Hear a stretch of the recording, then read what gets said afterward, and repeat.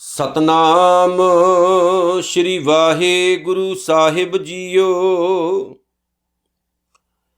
ਕਬੀਰ ਜਾਂ ਦਿਨ ਹੋਮੁਆ ਪਾਸ਼ੈ ਭਇਆ ਆਨੰਦ। ਮੋਹਿ ਮਿਲਿਓ ਪ੍ਰਭ ਆਪਣਾ ਸੰਗੀ ਭਜੇ ਗੋਬਿੰਦ। ਕਬੀਰ ਸਭ ਤੇ ਹਮ ਬੁਰੇ ਹਮ ਤਜ ਭਲੋ ਸਭ ਕੋਏ। ਜਿਨ ਐਸਾ ਕਰ ਬੂਝਿਆ ਮੀਤ ਹਮਾਰਾ ਸੋਏ। ਕਬੀਰ ਆਈ ਮੁਝੇ ਪਹਿ ਅਨਕ ਕਰੇ ਕਰ ਭੇਸ। ਹਮ ਰਾਖੇ ਗੁਰ ਆਪਣੇ ਉਨ ਕੀਨੋ ਆਦੇਸ। ਕਬੀਰ ਸੋਈ ਮਾਰੀਐ ਜਿਹ ਮੂਐ ਸੁਖ ਹੋਏ। ਭਲੋ ਭਲੋ ਸਭ ਕੋ ਕਹੈ ਬੁਰੋ ਨ ਮਾਨੈ ਕੋਏ। ਕਬੀਰ ਰਾਤੀ ਹੋਵੇ ਕਾਰੀਆਂ ਕਾਰੇ ਉਬੇ ਜੰਤ। ਲੈ ਫਾਹੇ ਉਠ ਧਾਵਤੇ ਸੇ ਜਾਣ ਮਾਰੇ ਭਗਵੰਤ। ਕਬੀਰ ਰਾਤੀ ਹੋਵੇ ਕਾਰੀਆਂ ਕਾਰੇ ਉਬੇ ਜੰਤ। ਲੈ ਫਾਹੇ ਉਠ ਧਾਵਤੇ ਸੇ ਜਾਣ ਮਾਰੇ ਭਗਵੰਤ। ਗੁਰੂ ਰੂਪ ਗੁਰੂ ਪਿਆਰੀ ਸਾਧ ਸੰਗਤ ਜੀਓ, ਜੁਗੋ ਜੁਗ ਅਟਲ ਧੰਨ ਧੰਨ ਸਤਿਗੁਰੂ ਸ੍ਰੀ ਗੁਰੂ ਗ੍ਰੰਥ ਸਾਹਿਬ ਜੀ ਦੇ ਪਵਿੱਤਰ ਪਾਵਨ ਇਲਾਹੀ ਚਰਨਾਂ ਦੇ ਵਿੱਚ ਆਪਣਾ ਧਿਆਨ ਜੋੜੀਏ। ਧੰਨ ਧੰਨ ਸਤਿਗੁਰੂ ਸ੍ਰੀ ਗੁਰੂ ਗ੍ਰੰਥ ਸਾਹਿਬ ਜੀ ਦੀ ਪਾਵਨ ਬਾਣੀ ਵਿੱਚ ਦਰਜ ਸ਼੍ਰੋਮਣੀ ਭਗਤ ਕਬੀਰ ਸਾਹਿਬ ਦੇ ਪਾਵਨ ਸ਼ਲੋਕਾਂ ਦੀ ਜਿਹੜੀ ਵਿਚਾਰ ਚੱਲ ਰਹੀ ਹੈ, ਉਹਦੇ ਨਾਲ ਆਪਣੀ ਸੁਰਤ ਨੂੰ ਟਿਕਾਉਣ ਦਾ ਯਤਨ ਕਰੀਏ ਜੀ। ਸਭ ਤੋਂ ਪਹਿਲਾਂ ਗੁਰੂ ਫਤਿਹ ਸਾਂਝੀ ਕਰੋ। ਵਾਹਿਗੁਰੂ ਜੀ ਕਾ ਖਾਲਸਾ, ਵਾਹਿਗੁਰੂ ਜੀ ਕੀ ਫਤਿਹ। ਭਗਤ ਕਬੀਰ ਸਾਹਿਬ ਜਿਹੜੇ ਸੱਚ ਦਾ ਹੋਕਾ ਦੇਣ ਵਾਲੇ ਸਨ, ਸੱਚ ਦੇ ਮੁਤਲਾਸ਼ੀ ਸਨ, ਸੱਚ ਲਿਖਣ ਵਾਲੇ ਸਨ, ਸੱਚ ਬੋਲਣ ਵਾਲੇ ਸਨ। ਉਹਨਾਂ ਨੇ ਆਪਣੀ ਲਾਈਫ ਦੇ ਵਿੱਚ, ਆਪਣੀ ਜ਼ਿੰਦਗੀ ਦੇ ਵਿੱਚ ਬਹੁਤ ਜ਼ਿਆਦਾ ਮਾਰ ਹੰਕਾਰੀ ਲੋਕਾਂ ਦੀ ਝੱਲੀ ਹੈ। ਕਬੀਰ ਸਾਹਿਬ ਜਿਹੜੇ ਸਾਦਾ ਜੀਵਨ ਬਤੀਤ ਕਰਨ ਵਾਲੇ ਸੀ, ਆਪਣੀ ਰੋਜੀ ਰੋਟੀ ਕਮਾ ਕੇ ਖਾਣ ਵਾਲੇ ਸਨ, ਨਾ ਕਿ ਉਹ ਮੱਥੇ ਟਿਕਾਉਣ ਵਾਲੇ ਸੀ। ਲੋਕਾਂ ਦੇ ਕੋਲੋਂ ਮੱਥੇ ਟਿਕਾਉਣ ਦਾ ਕੰਮ ਨਹੀਂ ਸੀ ਉਹ ਕਰਦੇ। ਅਖੌਤੀ ਭਗਤਾਂ, ਅਖੌਤੀ ਬਾਬਿਆਂ ਵਰਗਾ ਜੀਵਨ ਨਹੀਂ ਸੀ ਉਹਨਾਂ ਦਾ। ਬਹੁਤ ਸਿੰਪਲ ਅਤੇ ਸਾਦੇ ਢੰਗ ਨਾਲ ਜੀਵਨ ਬਤੀਤ ਕਰ ਰਹੇ ਸੀ।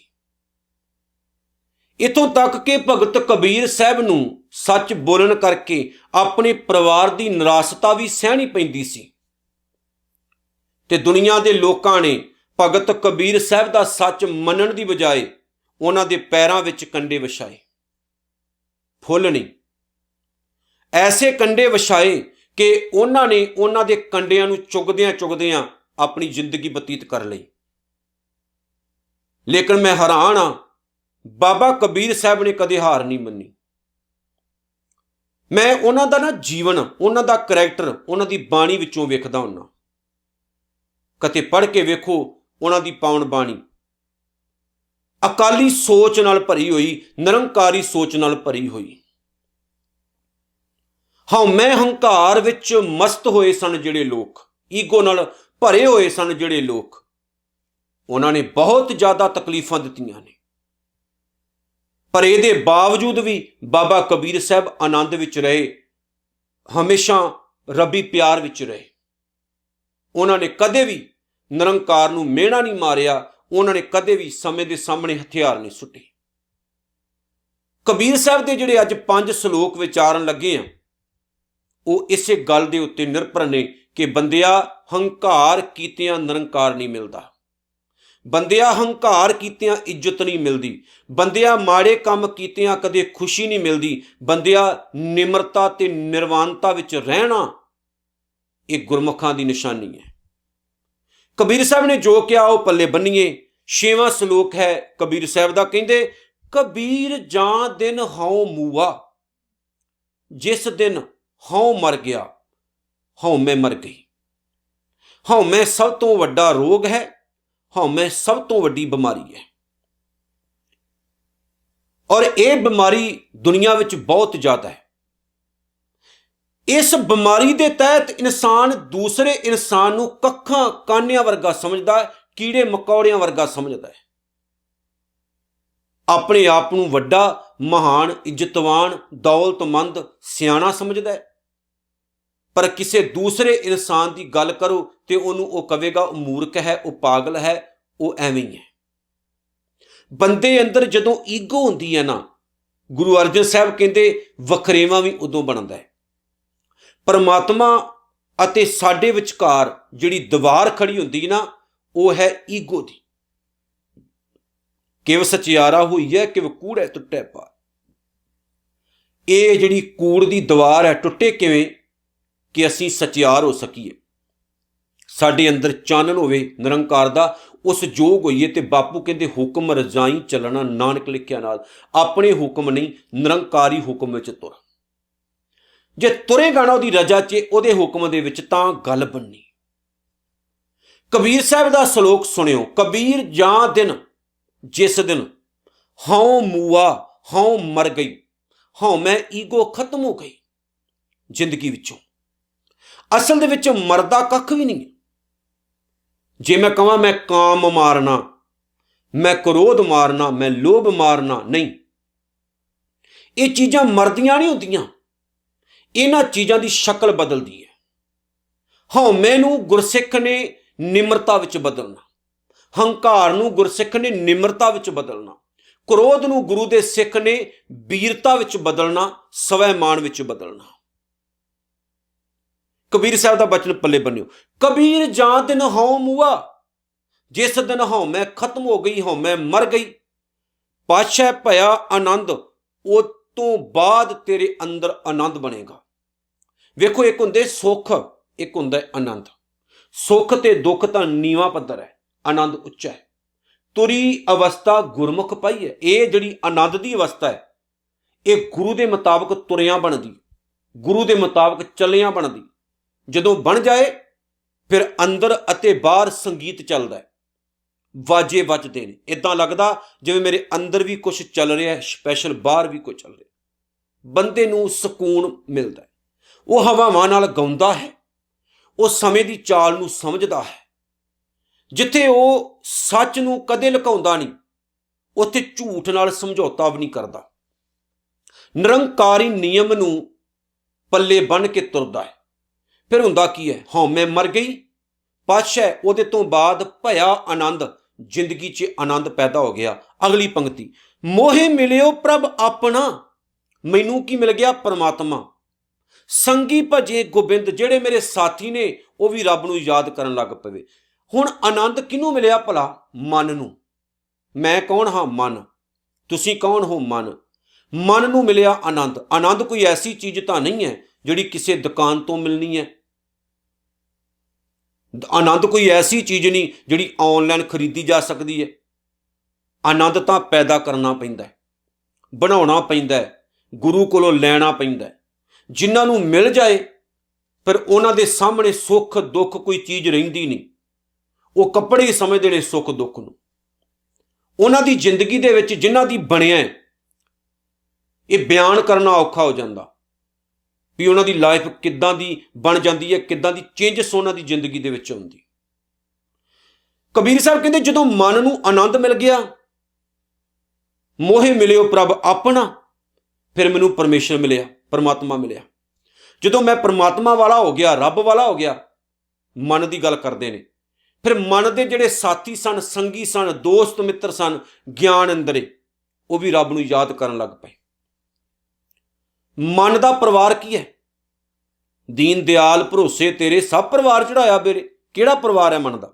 ਮਨ ਦਾ ਪਰਿਵਾਰ ਕੀ ਹੈ? ਗਿਆਨ ਇੰਦਰੀ, ਅੱਖਾਂ, ਨੱਕ, ਕੰਨ, ਸਾਰੇ ਗਿਆਨ ਇੰਦਰੀ, ਇਹ ਮਨ ਦਾ ਪਰਿਵਾਰ ਹੈ। ਕਦੀ ਸੋਚਿਆ? ਮਨ ਦੇ ਇਸ਼ਾਰੇ ਤੇ ਹੀ ਸਾਰੇ ਕੰਮ ਕਰਦੇ ਨੇ, ਮਨ ਦੇ ਇਸ਼ਾਰੇ ਤੇ ਸੋਚਦੇ ਨੇ, ਬੋਲਦੇ ਨੇ, ਦੇਖਦੇ ਨੇ, ਸਾਰੇ ਮਾੜੇ ਚੰਗੇ ਕੰਮ ਕਰਦੇ ਨੇ ਮਨ ਦੇ ਇਸ਼ਾਰੇ ਤੇ। ਜਦੋਂ ਮਨ ਸੁਧਰ ਗਿਆ, ਇਹਨਾਂ ਦਾ ਮੂਲ ਮਨ ਹੈ ਨਾ, ਜਦੋਂ ਮਨ 'ਚ ਸੁਧਾਰ ਆ ਗਿਆ, ਮਨ ਸੁਧਰ ਗਿਆ, ਬਾਕੀ ਦੇ ਜਿਹੜੇ ਗਿਆਨ ਇੰਦਰੀ ਸਨ ਉਹਨਾਂ 'ਚ ਵੀ ਸੁਧਾਰ ਆ ਗਿਆ, ਉਹ ਵੀ ਸੁਧਰਨੇ ਸ਼ੁਰੂ ਹੋ ਗਏ, ਉਹ ਵੀ ਰੱਬ ਨੂੰ ਯਾਦ ਕਰਨ ਲੱਗ ਪਏ, ਉਹ ਵੀ ਚੰਗੇ ਪਾਸੇ ਨੂੰ ਤੁਰਨਾ ਉਹਨਾਂ ਨੇ ਵੀ ਸ਼ੁਰੂ ਕਰ ਦਿੱਤਾ। ਤੇ ਕਬੀਰ ਸਾਹਿਬ ਦਾ ਅਗਲਾ ਬਚਨ ਪੱਲੇ ਬੰਨਿਓ, 7ਵਾਂ ਸ਼ਲੋਕ, ਕਹਿੰਦੇ ਕਬੀਰ ਸਭ ਤੇ ਹਮ ਬੁਰੇ। ਫਿਰ ਉਹਦੇ ਤੋਂ ਬਾਅਦ ਨਿਮਰਤਾ ਆਉਂਦੀ, ਹਉਮੈ ਤੋਂ ਬਾਅਦ ਹੀ ਨਿਮਰਤਾ ਆਉਂਦੀ। ਹਉਮੈ ਵਿੱਚ ਇਨਸਾਨ ਆਪਣੇ ਆਪ ਨੂੰ ਸਿਆਣਾ ਸਮਝਦਾ, ਹਉਮੈ 'ਚ ਇਨਸਾਨ ਕਦੇ ਵੀ ਆਪਣੇ ਆਪ ਨੂੰ ਮਾੜਾ ਨਹੀਂ ਸਮਝਦਾ। ਜਿਸ ਬੰਦੇ ਅੰਦਰ ਈਗੋ ਹੁੰਦੀ ਨਾ, ਉਹਨੂੰ ਆਪਣੇ ਔਗਣ ਵੀ ਗੁਣ ਦਿਸਦੇ ਹੁੰਦੇ, ਉਹਨੂੰ ਆਪਣੀਆਂ ਬੁਰਾਈਆਂ ਵੀ ਹੀਰੇ ਮੋਤੀਆਂ ਵਰਗੀਆਂ ਲੱਗਦੀਆਂ ਨੇ। ਉਹਨੂੰ ਕਦੇ ਛੇੜ ਕੇ ਦੇਖਿਓ, ਉਹਦੇ ਅੰਦਰ ਕਿਤੇ ਖਾਮੀਆਂ ਕੱਢ ਕੇ ਵੇਖਿਓ, ਤੁਹਾਡਾ ਸਿਰ ਪਾੜਨ ਤੇ ਆ ਜਾਏਗਾ ਵੀ ਤੂੰ ਕੌਣ ਹੁੰਨਾ ਮੇਰੇ 'ਚ ਖਾਮੀਆਂ ਕੱਢਣ ਵਾਲਾ। ਇੱਥੋਂ ਤੱਕ ਕਈ ਵਾਰ ਲੋਕ ਕਹਿ ਦਿੰਦੇ ਨੇ ਹੁਣ ਤੂੰ ਮੈਨੂੰ ਸਿਖਾਏਗਾ, ਹੁਣ ਤੂੰ ਮੈਨੂੰ ਦੱਸੇਗਾ। ਇਹ ਪ੍ਰੋਬਲਮ ਹੋ ਜਾਂਦੀ ਹੈ, ਈਗੋ ਆ ਜਾਂਦੀ ਹੈ। ਗਲਤੀਆਂ ਹਰ ਬੰਦੇ 'ਚ ਹੁੰਦੀਆਂ ਨੇ। ਈਗੋ ਤੇ ਹੰਕਾਰ ਵਾਲਾ ਇਨਸਾਨ ਆਪਣੀਆਂ ਗਲਤੀਆਂ ਨੂੰ ਕਦੇ ਨਹੀਂ ਮੰਨਦਾ, ਪਰ ਜਿਹੜਾ ਰੰਗ ਰੱਤਾ ਹੈ ਨਾ ਭਰਿਆ, ਉਹ ਹੱਥ ਜੋੜ ਕੇ ਕਹਿੰਦਾ ਅਗਲੀ ਵਾਰੀ ਸੁਧਾਰਾਂਗੇ, ਕਿਉਂਕਿ ਗਲਤੀਆਂ ਤੋਂ ਬਾਅਦ ਇਨਸਾਨ ਸਿੱਖਦਾ। ਜਦੋਂ ਬੰਦੇ 'ਚ ਈਗੋ ਹੁੰਦੀ ਹੈ ਤਾਂ ਬੰਦਾ ਇਹ ਗੱਲ ਮੰਨਦਾ ਹੀ ਨਹੀਂ ਮੈਂ ਮਾੜਾ, ਉਹ ਕਹਿੰਦਾ ਸਾਰੀ ਦੁਨੀਆ ਮਾੜੀ ਹੈ, ਮੈਂ ਇਕੱਲਾ ਹੀ ਚੰਗਾ। ਕਿਉਂਕਿ ਕੋਈ ਵੀ ਬੰਦਾ ਆਪਣੇ ਆਪ ਨੂੰ ਮਾੜਾ ਖਵਾਉਂਦਾ ਹੀ ਨਹੀਂ, ਨਾ ਮਾੜਾ ਖਵਾਉਣਾ ਚਾਹੁੰਦਾ ਹੈ। ਇੱਥੋਂ ਤੱਕ ਕਿ ਅਗਲਿਆਂ ਨੇ ਗੁਰੂ ਨੂੰ ਵੀ ਮਾੜਾ ਕਹਿ ਦਿੱਤਾ ਸੀ। ਛੀਏ ਮਸੰਦ ਨੇ ਗੋਲੀ ਚਲਾਈ ਨਾ ਗੁਰੂ ਤੇਗ ਬਹਾਦਰ ਸਾਹਿਬ ਉੱਤੇ, ਧੀਰਮਲ ਨੇ ਮਾੜੀਆਂ ਕਰਤੂਤਾਂ ਕੀਤੀਆਂ, ਦੇਖ ਲਓ। ਪ੍ਰਿਥੀ ਚੰਦ ਨੇ ਬੁਰਾ ਕੀਤਾ, ਦੇਖ ਲਓ। ਗੁਰੂ ਅੰਗਦ ਸਾਹਿਬ ਦੇ ਪੁੱਤਰ ਨੇ ਗੁਰੂ ਅਮਰਦਾਸ ਸਾਹਿਬ ਨੂੰ ਲੱਤ ਮਾਰ ਦਿੱਤੀ ਸੀ। ਸਭ ਕੁਝ ਹੋਇਆ। ਹਾਂ, ਮੈਂ ਹੰਕਾਰ ਦੇ ਅਧੀਨ ਇਹ ਕੰਮ ਬੰਦਾ ਕਰਦਾ, ਪਰ ਜਦੋਂ ਈਗੋ ਖਤਮ ਹੋ ਗਈ, ਜ਼ਿੰਦਗੀ 'ਚ ਆਨੰਦ ਬਣ ਗਿਆ, ਮਾਲਕ ਦੀ ਪ੍ਰਾਪਤੀ ਹੋ ਗਈ, ਗਿਆਨ ਇੰਦਰੀ ਵੀ ਚੰਗੇ ਪਾਸੇ ਜੁੜ ਗਏ, ਫਿਰ ਅਵਸਥਾ ਵਿੱਚ ਚੇਂਜਸ ਆਈ। ਕਿਹੜੀ ਭਲਾ? ਕਬੀਰ ਸਭ ਤੇ ਹਮ ਬੁਰੇ। ਕਬੀਰ ਸਾਹਿਬ ਕਹਿੰਦੇ ਫਿਰ ਬੰਦਾ ਕਹਿੰਦਾ ਮੈਂ ਸਾਰਿਆਂ ਤੋਂ ਮਾੜਾ, ਹਮ ਤਜ ਮੈਨੂੰ ਛੱਡ ਕੇ ਭਲੋ ਸਭ ਕੋਏ, ਬਾਕੀ ਸਾਰੇ ਚੰਗੇ ਨੇ, ਮੈਂ ਮਾੜਾ ਭਲਿਓ।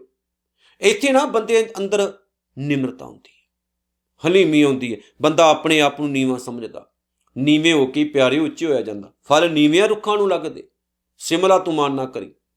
ਨੀਵੇਂ ਹੋ ਕੇ ਹੀ ਆਨੰਦ ਬਣਦਾ, ਨਿਵ ਕੇ ਹੀ ਇਨਸਾਨ ਕੁਝ ਪ੍ਰਾਪਤ ਕਰਦਾ, ਆਕੜ ਕੇ ਨਹੀਂ। ਭਾਈ ਵੀਰ ਸਿੰਘ ਦੀ ਨਾ ਇੱਕ ਕਵਿਤਾ ਬੜੀ ਪਿਆਰੀ, ਉਹਨਾਂ ਨੇ ਬੈਂਤ ਦੀ ਗੱਲ ਲਿਖੀ, ਬੈਂਤ ਦੀ, ਤੇ ਉਹਨਾਂ ਨੇ ਇੱਕ ਗੱਲ ਕਮਾਲ ਦੀ ਲਿਖੀ। ਉਹ ਕਹਿੰਦੇ ਜਿਹੜਾ ਬੈਂਤ ਹੁੰਦਾ ਨਾ, ਬੜੇ ਕਮਾਲ ਦਾ ਰੁੱਖ ਹੁੰਦਾ, ਉਹਦੇ ਵਰਗਾ ਬਣਨਾ ਬੜਾ ਔਖਾ। ਉਹਨਾਂ ਨੇ ਕਿਹਾ, ਕਹਿੰਦੇ ਜਦੋਂ ਨਾ ਬਰਸਾਤ ਆਉਂਦੀ ਹੈ, ਨਦੀਆਂ ਭਰ ਜਾਂਦੀਆਂ, ਹੜ੍ਹ ਆਉਂਦੇ ਨੇ, ਹੜ੍ਹਾਂ ਦੇ ਵਿੱਚ ਕੀ ਹੁੰਦਾ ਹੈ, ਹੜ੍ਹਾਂ ਦਾ ਪਾਣੀ ਵੱਡੀਆਂ ਵੱਡੀਆਂ ਰੁੱਖਾਂ ਨੂੰ ਜੜੋਂ ਪੁੱਟ-ਪੁੱਟ ਕੇ ਲੈ ਜਾਂਦਾ, ਹਵਾਵਾਂ ਵੀ ਕਈ ਵਾਰੀ ਪੁੱਟ-ਪੁੱਟ ਕੇ ਲੈ ਜਾਂਦੀਆਂ। ਪਰ ਕਹਿੰਦੇ ਜਿਹੜਾ ਬਾਂਸ ਦਾ ਰੁੱਖ ਹੁੰਦਾ ਨਾ, ਉਹ ਪੁੱਟਿਆ ਨਹੀਂ ਜਾਂਦਾ। ਭਲਾ ਕਿਉਂ? ਕਿਉਂਕਿ ਉਹ ਹਵਾ ਦੇ ਮੁਤਾਬਕ ਤੁਰਦਾ। ਜੇ ਹਵਾ ਸੱਜੇ ਹੋਈ ਉਧਰ ਲਿਫ ਗਿਆ, ਖੱਬੇ ਹੋਈ ਉਧਰ ਲਿਫ ਗਿਆ, ਦੱਖਣ ਹੋਈ ਉਧਰ ਲਿਫ ਗਿਆ, ਪੱਛਮ ਹੋਈ ਉਧਰ ਲਿਫ ਗਿਆ। ਗੱਲ ਸੋਚਣ ਵਾਲੀ। ਬਾਂਸ ਦਾ ਰੁੱਖ ਜਿਹੜਾ ਲਿਫ ਜਾਂਦਾ, ਜਿੱਧਰ ਹਵਾ ਦਾ ਮੂਡ ਹੁੰਦਾ ਉਧਰ ਲਿਫ ਜਾਂਦਾ, ਫਿਰ ਉਹ ਆਕੜਿਆ ਨਹੀਂ ਰਹਿੰਦਾ। ਜਿਹੜੇ ਆਕੜੇ ਰਹਿੰਦੇ ਨੇ ਉਹ ਟੁੱਟਦੇ ਨੇ, ਹਵਾਵਾਂ ਤੋੜ ਤੋੜ ਕੇ ਲੈ ਜਾਂਦੀਆਂ ਨੇ, ਪਰ ਜਿਹੜਾ ਲਿਫਦਾ ਉਹਨਾਂ ਦਾ ਕੁਝ ਵਿਗੜਦਾ ਨਹੀਂ। ਕਈ ਵਾਰ ਸਾਨੂੰ ਲਾਈਫ ਦੇ ਵਿੱਚ ਇਹਨਾਂ ਚੀਜ਼ਾਂ ਤੋਂ ਪ੍ਰੇਰਨਾ ਲੈਣੀ ਚਾਹੀਦੀ। ਬੰਦਾ ਆਪਣੇ ਆਪ ਨੂੰ ਮਹਾਨ ਨਾ ਸਮਝੇ। ਬਾਣੀ ਕਹਿੰਦੀ ਹੈ ਈਗੋ ਛੱਡ ਕੇ ਨਿਮਰਤਾ ਵਿੱਚ ਆਵੇ, ਬੜਾ ਸਕੂਨ ਹੈ। ਜਦੋਂ ਨਿਮਰਤਾ ਆਉਂਦੀ ਫਿਰ ਹਮ ਤਜ ਭਲੋ ਸਭ ਕੋਏ, ਕਹਿੰਦਾ ਮੈਨੂੰ ਛੱਡ ਦੋ, ਬਾਕੀ ਸਾਰੇ ਚੰਗੇ ਨੇ, ਮੇਰੇ 'ਚ ਬੜੇ ਅਜੇ ਅਵਗਣ ਹੈ, ਮੈਂ ਅਜੇ ਸੁਧਾਰ ਕਰਨਾ ਆਪਣੀ ਜ਼ਿੰਦਗੀ ਦਾ। ਜਿਨ ਐਸਾ ਕਰ ਬੂਝਿਆ, ਜਿਨ੍ਹਾਂ ਨੇ ਐਸਾ ਸਮਝ ਲਿਆ, ਇਹ ਚੀਜ਼ ਸਮਝ ਲਈ, ਜਿਹੜੇ ਇਸ ਰਸਤੇ ਉੱਤੇ ਤੁਰ ਪਏ, ਜਿਨ੍ਹਾਂ ਨੂੰ ਇਹ ਭੇਦ ਸਮਝ ਆ ਗਿਆ।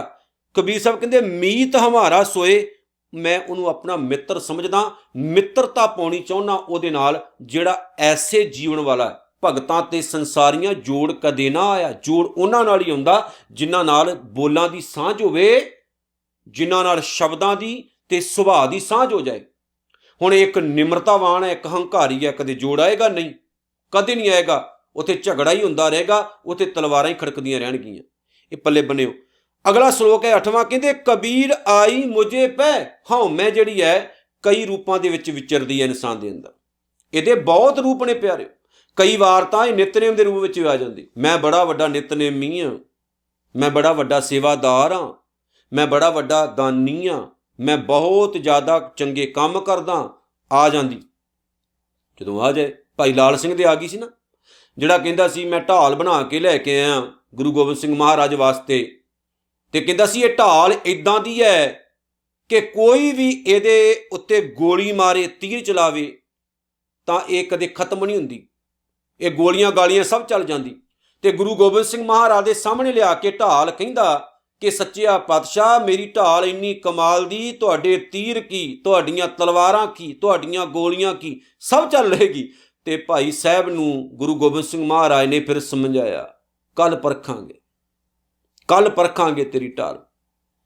ਫਿਰ ਹੋਇਆ ਕਿ ਨਿਮਰਤਾ ਵਿੱਚ ਆ ਗਿਆ, ਅਰਦਾਸਾਂ ਹੀ ਕਰਦਾ ਰਿਹਾ। ਜਦੋਂ ਢਾਲ ਪਰਖਣ ਦੀ ਗੱਲ ਆਈ ਵੀ ਸਤਿਗੁਰੂ ਲਾਜ ਪੱਤ ਰੱਖ ਲਿਓ, ਈਗੋ ਨਹੀਂ ਰੱਖਣੀ ਚਾਹੀਦੀ, ਹੰਕਾਰ ਨਹੀਂ ਰੱਖਣਾ ਚਾਹੀਦਾ। ਮਹਾਰਾਜ ਨੇ ਹੰਕਾਰ ਨੂੰ ਤੋੜਿਆ, ਉਹਨੂੰ ਸਮਝਾਇਆ, ਪਿਆਰਿਆ ਈਗੋ ਨਾ ਰੱਖੀ, ਹੰਕਾਰ ਨਾ ਰੱਖੀ, ਕਿਉਂਕਿ ਇਦਾਂ ਗੁਰੂ ਨਾਨਕ ਦੇ ਘਰ ਦੀ ਖੁਸ਼ੀ ਨਹੀਂ ਮਿਲਦੀ। ਡੱਲੇ ਨੂੰ ਇਹ ਗੱਲ ਸਮਝਾਈ ਸੀ ਨਾ ਕਿ ਡੱਲਿਆ ਹੰਕਾਰ ਰੱਖਿਆ ਜੀਵਨ ਵਿੱਚ ਕੁਝ ਨਹੀਂ ਮਿਲਦਾ, ਨਿਮਰਤਾ ਵਿੱਚ ਆਇਆ ਪੱਲੇ ਕੁਛ ਪੈਂਦਾ। ਕਬੀਰ ਆਈ ਮੁਝੇ ਪੈ, ਅਨਕ ਕਰੇ ਕਰ ਭੇਸ। ਕਹਿੰਦੇ ਈਗੋ, ਹੰਕਾਰ, ਹਉਮੈ ਮੇਰੇ ਕੋਲ ਵੀ ਆਈ ਕਈ ਰੂਪਾਂ 'ਚ। ਕਬੀਰ ਸਾਹਿਬ ਬਹੁਤ ਵੱਡੇ ਭਗਤ ਹੈ, ਲੋਕ ਕਹਿਣ ਲੱਗ ਪਏ ਕਬੀਰ ਸਾਹਿਬ ਬਹੁਤ ਜਪੀ ਤਪੀ ਹੈ, ਕਬੀਰ ਸਾਹਿਬ ਬਹੁਤ ਨਾਮ ਜਪਦੇ ਹੈ, ਕਬੀਰ ਸਾਹਿਬ ਵਰਗਾ ਬੰਦਾ ਹੀ ਕੋਈ ਨਹੀਂ, ਕਬੀਰ ਸਾਹਿਬ ਬੜਾ ਸੱਚ ਬੋਲਦੇ। ਕਹਿੰਦੇ ਮੇਰੇ ਅੰਦਰ ਈਗੋ ਇਹਨਾਂ ਤਰੀਕਿਆਂ ਨਾਲ ਭਰਨ ਦੀ ਕੋਸ਼ਿਸ਼ ਹੋਈ, ਪਰ ਮੈਂ ਬਚਿਆ ਰਿਹਾ। ਕਬੀਰ ਆਈ ਮੁਝੇ ਪੈ, ਮੇਰੇ ਕੋਲ ਵੀ ਆਈ ਹਉਮੈ, ਅਨਕ ਕਰੇ ਕਰ ਭੇਸ, ਕਈ ਰੰਗਾਂ ਰੂਪਾਂ ਦੇ ਵਿੱਚ ਆਈ, ਕਈ ਭੇਖ ਕੀਤੇ ਇਹਨੇ, ਮੇਰੇ ਕੋਲ ਆਈ। ਫਿਰ ਹਮ ਰਾਖੇ ਗੁਰੇ ਆਪਣੇ, ਮੈਨੂੰ ਤਾਂ ਗੁਰੂ ਨੇ ਹਉਮੈ ਤੋਂ ਵਿਚਾਰਿਆ, ਉਨ ਕੀਨੋ ਆਦੇਸ਼। ਔਰ ਜਦੋਂ ਮੇਰੇ ਪਿਆਰੇ ਨੇ ਮੈਨੂੰ ਇਸ ਈਗੋ ਤੋਂ ਬਚਾਇਆ, ਈਗੋ ਵੀ ਸਮਝ ਗਈ, ਹਉਮੈ ਵੀ ਸਮਝ ਗਈ ਕਿ ਇਸ ਬੰਦੇ ਉੱਤੇ ਮੇਰਾ ਜ਼ੋਰ ਨਹੀਂ ਚੱਲਦਾ। ਹਉਮੈ ਜਿਹੜੀ ਸੀ ਨਿਮਰਤਾ ਬਣ ਗਈ, ਨਮਸਕਾਰ ਉਹਨੇ ਕਰਨੀ ਸ਼ੁਰੂ ਕਰਤੀ, ਭਾਵ ਬਦਲ ਗਈ। ਹਉਮੈ ਵੀ ਨਿਮਰਤਾ ਦੇ ਰੂਪ ਦੇ ਵਿੱਚ ਬਦਲ ਗਈ। ਹਉਮੈ ਉਹਨਾਂ ਨੂੰ ਮਾਰਦੀ ਹੈ ਜਿਨ੍ਹਾਂ ਦੇ ਅੰਦਰ ਇਸ ਚੀਜ਼ ਦੀ ਕਮੀ ਹੋਵੇ, ਪਕੜ ਹੋਵੇ। ਫਿਰ ਹੋਰ ਫੁੱਲਦੇ ਨੇ, ਹੋਰ ਫੁੱਲਦੇ ਨੇ, ਮਾੜੀ ਜੀ ਫੂਕ ਭਰ ਦੋ, ਫੁੱਲੀ ਜਾਂਦੇ ਨੇ ਵੀ ਸਾਡੇ ਵਰਗਾ ਵਾਕਈ ਬੰਦਾ ਕੋਈ ਨਹੀਂ ਦੁਨੀਆ 'ਚ। ਕਬੀਰ ਸੋਈ ਮਾਰੀਐ ਜੇ ਮੂਐ ਸੁਖ ਹੋਏ। 9ਵਾਂ ਸ਼ਲੋਕ। ਕਬੀਰ ਸਾਹਿਬ ਜੀ ਕਹਿੰਦੇ ਨੇ ਕਿ ਇਸ ਹਉਮੈ ਨੂੰ ਮਾਰਨਾ ਚਾਹੀਦਾ, ਇਹਦੇ ਮਾਰਿਆਂ ਹੀ ਸੁੱਖ ਪ੍ਰਾਪਤ ਹੋਏਗਾ। ਭਲੋ ਭਲੋ ਸਭ ਕੋ ਕਹੈ, ਜਿਸ ਦਿਨ ਹਉਮੈ ਖਤਮ ਹੋ ਜਾਏ ਨਾ, ਦੁਨੀਆ ਦਾ ਹਰ ਬੰਦਾ ਚੰਗਾ ਕਹੇਗਾ ਤੁਹਾਨੂੰ। ਈਗੋ ਵਾਲੇ ਬੰਦੇ ਦੇ ਸਾਹਮਣੇ ਲੋਕ ਹੱਥ ਜੋੜਨਗੇ, ਹੰਕਾਰੀ ਦੇ ਸਾਹਮਣੇ ਉਹਦੀਆਂ ਉਸਤਤਾਂ ਤੇ ਵਡਿਆਈਆਂ ਹੁੰਦੀਆਂ ਨੇ, ਬਾਅਦ 'ਚ ਲੋਕ ਗਾਲਾਂ ਹੀ ਕੱਢਦੇ ਹੁੰਦੇ ਵੀ ਕਿੰਨਾ ਹਉਮੈ ਦਾ ਮਾਰਿਆ, ਕਿੰਨਾ ਹੰਕਾਰੀ ਬੰਦਾ ਦੇਖੋ। ਪਰ ਸਤਿਗੁਰੂ ਕਹਿੰਦੇ ਨੇ ਜਦੋਂ ਹਉਮੈ ਈਗੋ ਮਰ ਜਾਏ, ਭਲੋ ਭਲੋ ਸਭ ਕੋ ਕਹੈ, ਸਾਰੇ ਭਲਾ ਹੀ ਕਹਿੰਦੇ ਨੇ, ਮਾੜਾ ਨਹੀਂ ਕੋਈ ਕਹਿੰਦਾ। ਨਿਮਰਤਾ ਵਿੱਚ ਆ ਜਾਓ, ਵਡਿਆਈ ਮਿਲਦੀ ਹੈ। ਬੁਰਾ ਨਾ ਮੰਨਿਆ ਕੋਈ ਬੁਰਾ ਨਹੀਂ ਕਹਿੰਦਾ, ਪਰ ਆਪਾਂ ਐਵੇਂ ਰਾਤ ਦਿਨ ਆਕੜੇ ਰਹਿੰਦੇ ਹਉਮੈ ਹੰਕਾਰ ਵਿੱਚ, ਮੈਂ ਕੀ ਮਿਲੇਗਾ ਇਸ ਤਰ੍ਹਾਂ? ਕੁਝ ਵੀ ਨਹੀਂ, ਬੰਦਾ ਆਪਣਾ ਆਪ ਗਵਾ ਕੇ ਚਲਾ ਜਾਂਦਾ। ਆਖਰੀ ਸ਼ਲੋਕ ਜਿਹੜਾ 10ਵੇਂ ਸ਼ਲੋਕ 'ਚ ਕਬੀਰ ਸਾਹਿਬ ਕਹਿੰਦੇ ਕਬੀਰ ਰਾਤੀ ਹੋਵੇ ਕਾਰੀਆਂ, ਕਾਰੇ ਉਬੇ ਜੰਤ। ਕਬੀਰ ਸਾਹਿਬ ਕਹਿੰਦੇ ਜਦੋਂ ਰਾਤਾਂ ਹਨੇਰੀਆਂ ਹੁੰਦੀਆਂ, ਕਾਲੀਆਂ ਰਾਤਾਂ, ਕਾਰੇ ਉਬੇ ਜੰਤ, ਜਿਹੜੇ ਚੋਰ ਆਦਿਕ ਕਾਲੇ ਦਿਲਾਂ ਵਾਲੇ ਲੋਕ ਨੇ, ਉੱਠ ਖਲੋਂਦੇ ਨੇ ਆਪਣੇ ਘਰਾਂ ਦੇ ਵਿੱਚੋਂ। ਮਿਲਦਾ ਕੀ ਹੈ? ਮਿਲਦਾ ਕੀ? ਕਿਸੇ ਦੂਸਰੇ ਦਾ ਨੁਕਸਾਨ ਕਰਨ ਦੇ ਲਈ ਇਨਸਾਨ ਸੋਚਦਾ ਹੁਣ ਰਾਤ ਹੋ ਗਈ, ਉੱਠਾਂ ਮੈਂ ਕਿਸ ਦਾ ਨੁਕਸਾਨ ਕਰਨ ਵਾਸਤੇ ਜਾਵਾਂ। ਕਬੀਰ ਸਾਹਿਬ ਕਹਿੰਦੇ ਕਾਲੇ ਦਿਲਾਂ ਵਾਲੇ ਲੋਕ, ਮਾੜੇ ਜੀਵਨ ਵਾਲੇ ਲੋਕ, ਭ੍ਰਿਸ਼ਟ ਜੀਵਨ ਵਾਲੇ ਜਿਹੜੇ ਲੋਕ ਨੇ, ਉਹ ਕਿਸੇ ਦੂਸਰੇ ਦਾ ਨੁਕਸਾਨ ਕਰਨ ਵਾਸਤੇ ਉੱਠ ਖਲੋਂਦੇ ਨੇ। ਲੈ ਫਾਹੇ ਉੱਠ ਧਾਵਤੇ, ਲੈ ਫਾਹੇ ਭਾਵ ਕਿ ਫਾਹੇ ਲੈ ਕੇ ਤੁਰ ਪੈਂਦੇ ਨੇ, ਭਾਵ ਕਿ ਉਹ ਪੁੱਠੇ ਕੰਮੀ ਪੈਂਦੇ ਨੇ, ਪੁੱਠੇ ਕੰਮੀ। ਆਪਾਂ ਕਹਿੰਦੇ ਨੇ ਕੀ ਫਾਹੇ ਲੈ ਰਿਹਾ ਤੂੰ, ਮਤਲਬ ਕਿ ਜਾਣ ਬੁੱਝ ਕੇ ਗਲਤ ਕੰਮ ਕਰਨੇ। ਕਬੀਰ ਸਾਹਿਬ ਕਹਿੰਦੇ ਜਾਣ ਬੁੱਝ ਕੇ ਗਲਤ ਕੰਮ ਕਰਨ ਨੂੰ ਉੱਠ ਪੈਂਦੇ ਨੇ। ਸੇ ਜਾਣ ਮਾਰੇ ਭਗਵੰਤ, ਐਸੇ ਲੋਕ ਸਮਝ ਲਓ ਰੱਬ ਨੇ ਮਾਰੇ ਹੁੰਦੇ ਨੇ ਜਿਹੜੇ ਲੋਕ ਕਿਸੇ ਦੂਸਰੇ ਦਾ ਨੁਕਸਾਨ ਕਰਦੇ ਨੇ। ਜੇ ਤੁਹਾਡੇ ਕੋਲ ਜਵਾਨੀ ਹੈ, ਪੈਸਾ ਹੈ, ਜੇ ਤੁਹਾਡੇ ਕੋਲ ਮਾਲਕ ਨੇ ਤਾਕਤ ਦਿੱਤੀ ਹੈ, ਤਾਂ ਪਿਆਰਿਓ ਕਿਸੇ ਦਾ ਨੁਕਸਾਨ ਨਾ ਕਰੀਏ, ਕਿਸੇ ਦਾ ਬੁਰਾ ਨਾ ਕਰੀਏ। ਇਸ ਜਵਾਨੀ ਨੂੰ ਵੀ ਕਾਲੀ ਰਾਤ ਕਿਹਾ ਗਿਆ। ਹਉਮੈ ਹੰਕਾਰ ਵਾਲੀ ਜ਼ਿੰਦਗੀ ਵੀ ਕਾਲੀ ਰਾਤ ਵਰਗੀ ਹੁੰਦੀ ਹੈ। ਆਪਾਂ ਨਾ ਕਿਸੇ ਦਾ ਨੁਕਸਾਨ ਨਹੀਂ ਕਰਨਾ, ਉਹਨਾਂ ਕੰਮਾਂ ਵੱਲ ਦੌੜਨਾ ਜਿਨ੍ਹਾਂ ਕੰਮਾਂ ਨਾਲ ਕਿਸੇ ਦਾ ਭਲਾ ਹੋਵੇ। ਉਸ ਪਾਸੇ ਨਾ ਦੌੜੀਏ ਜਿਸ ਪਾਸੇ ਕਿਸੇ ਦਾ ਨੁਕਸਾਨ ਹੋਵੇ ਤੇ ਅਸੀਂ ਰੱਬ ਦੀ ਨਿਗਾਹ ਦੇ ਵਿੱਚ ਵੀ ਮਰ ਜਾਈਏ, ਰੱਬ ਵੀ ਸਾਨੂੰ ਲਾਹਨਤਾਂ ਪਾਵੇ, ਪਰਮਾਤਮਾ ਵੀ ਸਾਨੂੰ ਲਾਹਨਤਾਂ ਪਾਵੇ। ਸੋ ਪਿਆਰਿਓ, ਆਓ ਆਪਣੀ ਜ਼ਿੰਦਗੀ ਸੇਫ ਬਣਾਈਏ, ਕਬੀਰ ਸਾਹਿਬ ਦੇ ਇਹਨਾਂ ਸਲੋਕਾਂ ਨੂੰ ਆਪਣੇ ਜੀਵਨ ਵਿੱਚ ਵਸਾਈਏ, ਜੋ ਉਹਨਾਂ ਨੇ ਕਿਹਾ ਪੱਲੇ ਬੰਨੀਏ, ਤਾਂ ਕਿ ਸਾਡੀ ਜ਼ਿੰਦਗੀ ਪਵਿੱਤਰ ਹੋ ਸਕੇ। ਨਾਨਕ ਨਾਮ ਚੜ੍ਹਦੀ ਕਲਾ, ਤੇਰੇ ਭਾਣੇ ਸਰਬੱਤ ਦਾ ਭਲਾ। ਵਾਹਿਗੁਰੂ ਜੀ ਕਾ ਖਾਲਸਾ, ਵਾਹਿਗੁਰੂ ਜੀ ਕੀ ਫਤਿਹ।